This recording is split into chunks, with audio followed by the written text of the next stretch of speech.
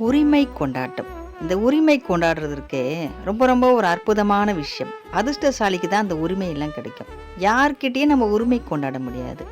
ஏன்னா, நல்லா பேசிட்டு இருப்பாங்க. திடீர்னு என்கிட்ட உனக்கு என்ன உரிமை இருக்கு அப்படின்னுவாங்க.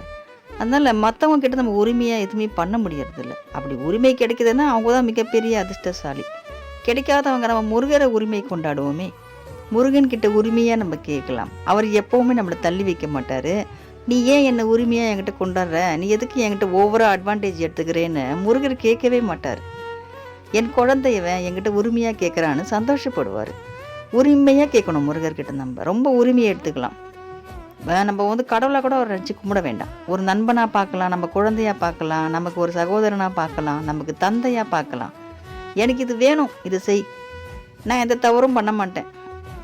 அதுக்கான முயற்சி நான் கண்டிப்பாக பண்ணுவேன்.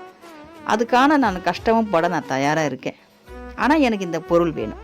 அது எதுவாக இருந்தாலும் சரி. ஒரு நபராக இருக்கலாம், ஒரு வீடாக இருக்கலாம், நம்ம வாங்கக்கூடிய ஒரு பொருளாக இருக்கலாம், எது வேணாலும் இருக்கலாம். நமக்கு இது வேணும், அது நியாயமாக இருந்துச்சுன்னா கண்டிப்பாக முருகர் நமக்கு கொடுப்பார். உரிமையோடு நம்ம கேட்கணும். உரிமையோடு கேட்கலாம். மனுஷங்களை மட்டுமே உரிமை கொண்டாட முடியாது இந்த காலத்துலலாம். கொஞ்சம் உரிமை எடுத்துக்கிட்டாலே நம்மளை மேலே எங்கேயும் பார்க்க ஆரம்பிச்சிருவாங்க. ஏன்னா நம்மக்கிட்ட ஏன் உரிமை எடுத்துக்கிறாங்க அப்படின்னு. கூட ரத்தமாக இருக்கலாம், கூட பிறந்த ரத்தமாக கூட இருக்கட்டும், அவ்வளோ அன்னோனியமாக பழகுவாங்க. யார் நீன்னு கேட்டு போயிடுவாங்க. அந்த மாதிரிலாம் இருக்குது இந்த காலகட்டம். ரொம்ப மோசமாக இருக்குது இந்த காலம். அதனால் நம்ம வந்து யார்கிட்டையுமே உரிமை கொண்டாட முடியறதில்லை. முருகன்கிட்ட உரிமை கொண்டாடுவோம். ரொம்ப உரிமையாக நம்ம கேட்டோம்னா நிச்சயமாக நம்ம முருகன் நமக்கு கொடுப்பாரு. கொஞ்சம் பார்ப்பார், என்ன கேட்குறான் இவன், என்ன கேட்குறான் இவன், என்ன வேணும், சரி நியாயமாக தான் கேட்குறாங்க, சரி கண்டிப்பாக கொடுப்போம்.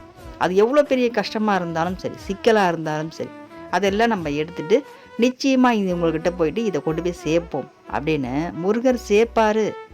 சேர்க்கக்கூடியவர் தான் நம்ம முருகர். அன்பை இணைக்கக்கூடியவர் அவர்.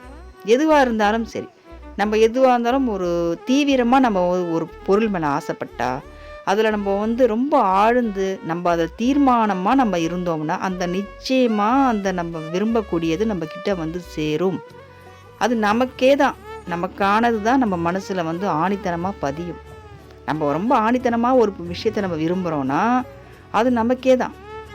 சட்டுன்னு ஏதோ விரும்புகிறோம், எது தேவையில்லை, இது கிடைக்கலன்னு விட்டுட்டு போனால் அது நமக்கானது இல்லை.